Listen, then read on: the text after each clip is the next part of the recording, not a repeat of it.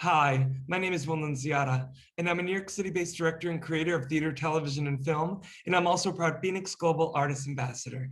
Today, I am so excited to be speaking with New York City-based actress, playwright, and voiceover artist, ROMY NORDLINGER. For more on ROMY, you can read more about her right below this video, but in the meantime, here is a sneak peek at the amazing talent of ROMY. Benjamin Cologne, you paged me? Yes, Mr. Cologne, we have a seat for you on a flight to Chicago. You should make it there by 1:30. I need to see your ID. You all set? Happy Thanksgiving. Hey there. Hey, what's up, Dr. Muller? I need to re-examine something on the evidence on the stabbing in Soho, case number RD-735. You know where it is? No idea. All the way back, then go right. Got it. Well, hello, ROMY, how are you? Hello, Will. How are you? Great to see you. Great to see you. You are such an incredible actress, voiceover artist, a playwright. You do it all, and the audience has got a little sneak peek of your amazing acting talent, and I would love to dive into it all today. Let's do it. First and foremost, ROMY, when did you know that you had multiple gifts as an artist? You know, I feel like actors, and you know from being a director and working with actors and probably being an actor yourself, that there are so many ways that our talents can you know, sort of relate to other things like sales even. It's an interpersonal kind of talent we have, actors, and believe it or not, Actors Equity had a training program, and they're wonderful. Actors Work program, but they really tried to cement. That was sort of, you come out of college and you're like, oh my God, what do I do? You have gifts as an artist that translate into so many areas. So they help sort of distill that. Well, I love that, ROMY, because at the end of the day, when and anyone can look you up all over the interwebs, and I can't wait to see you live once we get out of this madness, because whether you're using your voice as a voiceover artist, whether you're using your hand or typing as a playwright, whether it is as an actress on stage, on screen, you are a storyteller. And I would love to know, because you traverse, I'm sure sometimes in one day, all of these different disciplines, how you're able to just kind of land yourself into that storytelling aspect in each of the disciplines. Landing is a great word, and I love that you called it storytelling. Ultimately, that is what we're doing, and that's what we're here to do. And it's not about us, you know, even though it seems like actress or director, it's about the story. It's about telling the story. So how do you land in each one of those? I'm still figuring that out. I would say it's challenging, you know, but they're all related. They are, and I love that you even say that it's challenging, and it's a weird question I ask, but the fact of the matter is, you seem like a person that is always up for learning something new, and that you're never settled, and that's a true craftsman. Yeah, I think I'd be really bored with the days that I question it, or it does feel like way too much. Like, I wish I was just a, I don't know, stockbroker, or even just there's no just to anything, but just a voiceover artist or just a playwright. But I realized that isn't how I communicate. It's multi-textural. There's so many different ways to reach people and to mine different parts of yourself.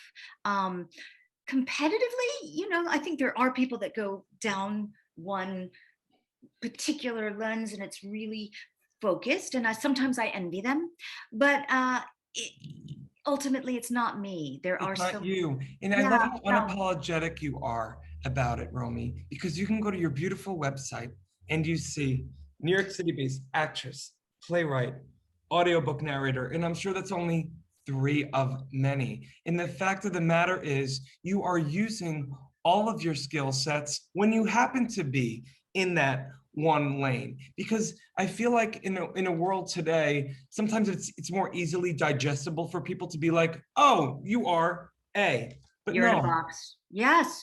Yeah. And think about Renaissance. You hear the word Renaissance person, but you can get things done and still be. And I think there are people that would think, you know what, your website, just say you're an actor, or just to, you know, and I find that confusing. I feel like arts and yourself infuse the other arts, infuse the audiobook narration, infuse the playwriting, the playwriting, everything speaks to the other thing, just like every experience in life, some of it good, some of it horrible, makes you who you are, and therefore what you bring to the art better. I mean, when I was just starting out and just coming out of college, I didn't really have as much to bring. And people will say that. They'll say, well, what do you know, but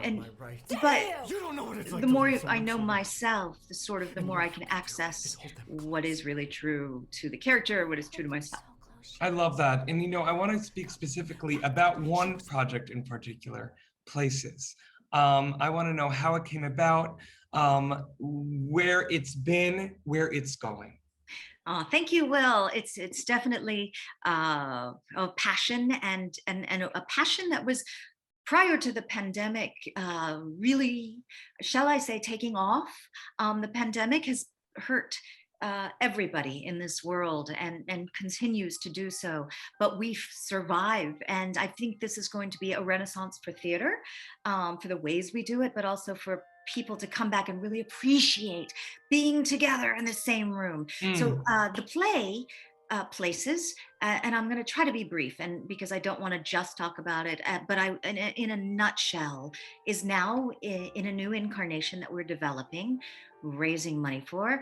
It's called Garden of Allah, and the play is about AllaNazimova, who is perhaps one of the biggest female Broadway stars. There was a Broadway theater named after her on 37th Street. You walk by it, you have no idea it was there. Oh my gosh. Yeah, it's insane. She was the first female writer, director, and producer in Hollywood. She had the Garden of Allah in Hollywood, 8080 Sunset Boulevard, and she was the host to the wildest and the parties of the 20th century. F. Scott Fitzgerald, Tallulah Bankhead. I mean, anybody. It's easier to say who didn't check in than who did. And she was also openly gay. Wow. You know, she had a marriage, a lavender marriage, she called it. You know, the idea to Charles Bryant, but in the end, the lavender marriage being a shield. But in the end, she was ahead of her time. She created the first art film, Salome, with Rudolph Valentino, which she directed, she produced, she adapted it, and ultimately she rose far above what anybody would think of any woman, but particularly during this time and being gay, and finally was kind of written out of the history books. Yeah, I was about to say, far. For someone who was so accomplished, for her, but for you to be giving her life and breath. Right, and when I get sort of, well, it's hard to, you know, it's a solo show, it's a multimedia solo show, so it's very easy to produce. And I think coming back to theater world, a solo show is even more marketable. Absolutely. But it's difficult because, you know, it's not a show about Marilyn Monroe, Bette Davis. It's who is AllaNazimova, and that's also my raison d'être. It's like, who is this person? And when I get, you know, frustrated, like, God, how do you produce a show about somebody who's not known? I look at her picture, I know it sounds crazy, and think, her story, these LGBTQ stories that were wiped out of the history books, these stories of ageism and female empowerment, dare I say it, and Hollywood and Broadway, they are our collective. They are our stories. If we don't reclaim them, well, you know. It takes a very special talent and human like you, Romy, who not only is carrying the baton, or in this case, a flame, but to keep it ignited when you feel like maybe the world is not ready. But you know what?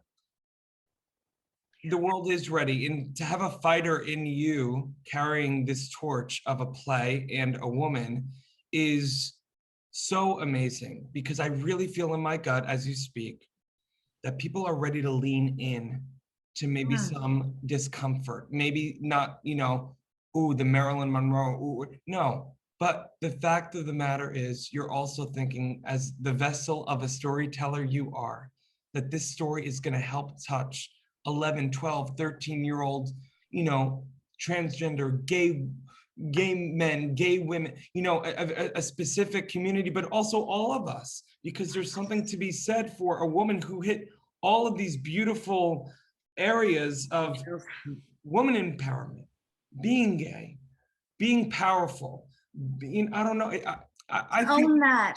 And it's interesting, Will, you've hit it, or you just hit it. I have watched audiences, and it's not me. I'm not looking at it for how did I affect them, but young, old, gay, straight, everybody walks out. I can't say everybody, but so many people it's have a walked human out story. moved. It's a human story. It's the story of rising over adversity. It's a rags to riches story. She was, you know, a Russian Jewish woman, exiled. She had to flee the Tsarist Russia, but she transcends. The story is universal. So older people would say, oh my God, wow, that really touched me. Younger people, as you said, younger people that are gay, and how did we not know of this person? And it's empowering to think that somebody else in this time can do that without a Twitter account, without a publicity machine, but just herself. It's kind of, I say, the greatest star you've never heard of. This woman who did it, and before this time where we're all finally able to, you know, proclaim ourselves, was able to do that prior. It inspires people. Well, your enthusiasm for it, and you know, even just based upon the clips that the audience is going to be able to see, and I've been able to see, it seems like truly a phoenix rising story. And if there's a story now after this horrible time when people have been forced, they've been forced to really look within themselves, to really investigate the superfluous, you know, to find what matters most. It's stories like the one that you're telling on that stage, Romy, that I really feel in my gut. You know, yes, on a producerial end, yes, you know, economically, it's a tight little package, but in terms of, I look at it almost like a build it, they will come type thing. You know what I mean? With all of the success it's already had, it's just getting people in the seats to see it, and it moves. That's right. That's right. That's getting them in the seats. And yes, why do we do what we do? As you brought up so smartly to begin with, why do we tell the stories we tell? We are the stories we tell. Why Nazimova's story, and why now particularly? And this is, as you said, I think it is the time. Yes, it's great to go to the theater and be entertained, and this is a very entertaining story. I mean, wow, these stories are wild, but it's also can elevate. And I think there's something we're all yearning for now, particularly that we've gone through such a collective crisis, to come back to a place, a cathartic place together. It's just a really important, and that's what theater can do.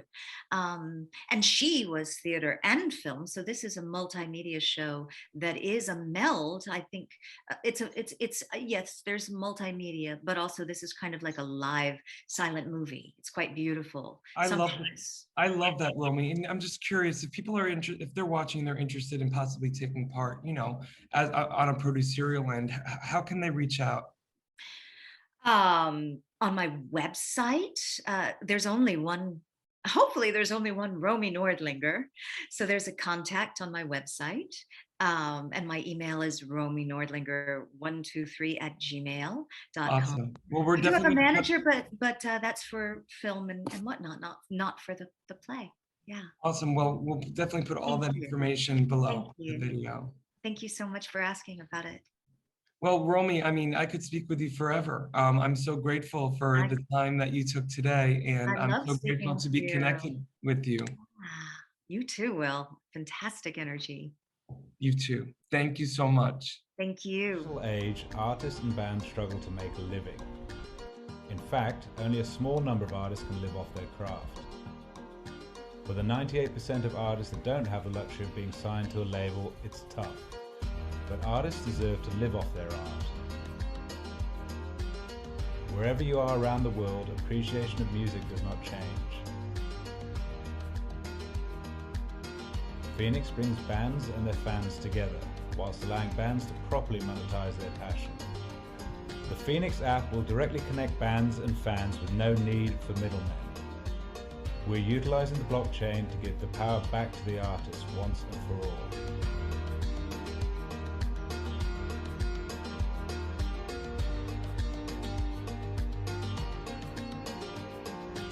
Join FENIX, join the change.